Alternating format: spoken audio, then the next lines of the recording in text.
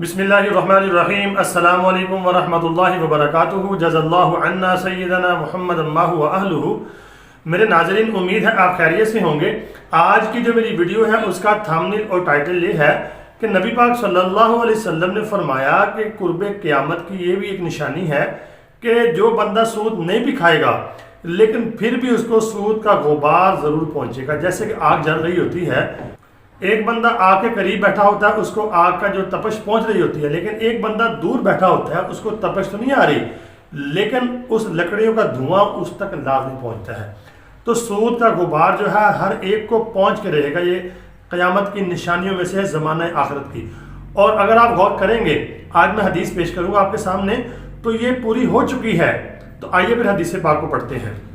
तो नाज़रीन, ये आपके सामने अरबी की इबारत आ गई है। अबू दाऊद शरीफ की ये हदीस है। अरबी की इबारत को आप देखें बरकत के लिए। आगे उर्दू का तर्जमा आ रहा है, उसको पढ़ते हैं। तो नाज़रीन, ये आपके सामने उर्दू का तर्जमा आ गया। देखें, हज़रत अबू हुरैरा रज़ी अल्लाह ताला अन्हु से मनकूल है कि नबी करीम सल्लल्लाहु अलैहि वसल्लम ने फरमाया कि लोगों पर ऐसा ज़माना आएगा अनकरीब कि लोग सूद खाएंगे। तो हज़रत अबू हुरैरा रज़ी अल्लाह ताला अन्हु फरमाते हैं कि लोगों में से किसी ने पूछा, या रसूल अल्लाह, क्या सारे लोग ही सूद खाएंगे? तो नबी पाक सल्लल्लाहु अलैहि वसल्लम ने फरमाया, जो सूद नहीं भी खाएगा मगर उसको सूद का गुबार कुछ ना कुछ ज़रूर पहुंचेगा। मतलब ये कि यानी कि अगर वो सूद नहीं भी खाएगा, सूद का गुबार उसको पहुंच कर रहेगा।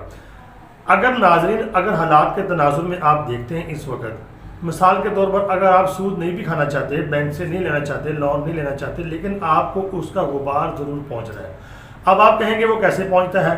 मिसाल के तौर पर अगर हम देखते हैं, हमारे घर में जो बिजली आती है, हमारे घर में जो गैस आती है, हमारे घर में जो नहरी पानी आता है, या हमारा सीवरेज की लाइनें हैं, यानी गवर्नमेंट के जितने भी मंसूबे हैं जो हम इस्तेमाल करते हैं, चाहे हम बिल देते हैं उनको, लेकिन आपको इस बात को समझना होगा कि जितने भी ये मंसूबे होते हैं ये आलमी मालियाती इदारों से कर्जा लेकर गवर्नमेंट कर्जा लेती है और उसके बाद ये सारे मंसूबे जो है इसको अमली जमा पहनाया जाता है, फिर उसके बाद हम इसको इस्तेमाल करते हैं। इसी तरह आप देख लें, मोटरवे देख लें या रोड देख लें, कोई भी गवर्नमेंट का मंसूबा है, IMF से क्या वो लोन नहीं लेते?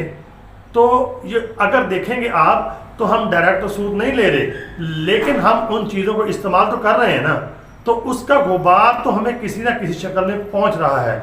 मतलब उसका असर जो है, बंदा जब दूर बैठा होता है उसको आग की तपश तो नहीं पहुंचती, लेकिन धुआं जब पहुंचता है तो उसको जारी बात है, उसकी तकलीफ तो होती है ना, उसका असर तो होता है। तो इसी तरह हमें गुबार जो है वो पहुँच रहा है। ये हदीस मनो अन यानी कि 100% ये यानी कि पूरी हो चुकी है। दूसरी बात नाज़रीन ये है कि जो भी मुल्क कर्जा लेता है किसी से भी, यानी कि IMF से लिया या मिसाल के तौर पर एशियाई तरक्याती बैंक से लिया, या अंदाज़ा कर लें कि गवर्नमेंट ऑफ पाकिस्तान ने एक दफ़ा सऊदी अरब से पीछे कर्जा लिया थोड़े दिन पहले, चंद दिनों के लिए, तो मुसलमान ने मुसलमान से सूद यानी कि उस कर्जे के ऊपर वसूल किया।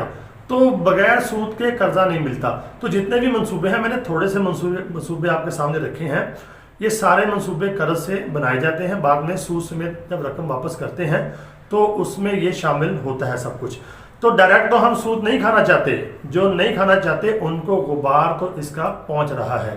तो गुबार का मतलब यही हुआ, उसका कुछ ना कुछ असर, उसकी नहुसत, यही मेरे नाज़रीन फितने हैं। इंसान बचना भी चाहेगा, इससे आगे यानी कि और ज़्यादा ख़तरनाक फितने आने वाले हैं। तो अल्लाह रब्बुल आलमीन से दुआ किया करें, अल्लाह रब्बुल आलमीन हमारे ईमान की और हमारे इस्लाम की इन फितनों से हिफाजत फरमाए। हमारा तो कसूर नहीं है, हम सूद नहीं खाना चाहते, लेकिन उसका गुबार हमें पहुंच रहा है। अल्लाह रब्बुल आलमीन हमारे ईमान की हिफाजत फरमाए, क्योंकि चोर डाकू आपका ईमान चुराने के लिए, आपका इस्लाम चुराने के लिए जगह जगह पे यानी कि नाके लगा के बैठे हुए हैं। अल्लाह रब्बुल आलमीन से दुआ है अल्लाह हम सब की हिफाजत फरमाए। तो मुझे कमेंट आपने ज़रूर करना है और दुआओं में ज़रूर याद रखना है। अस्सलामु अलैकुम वरहमतुल्लाहि वबरकातुहू।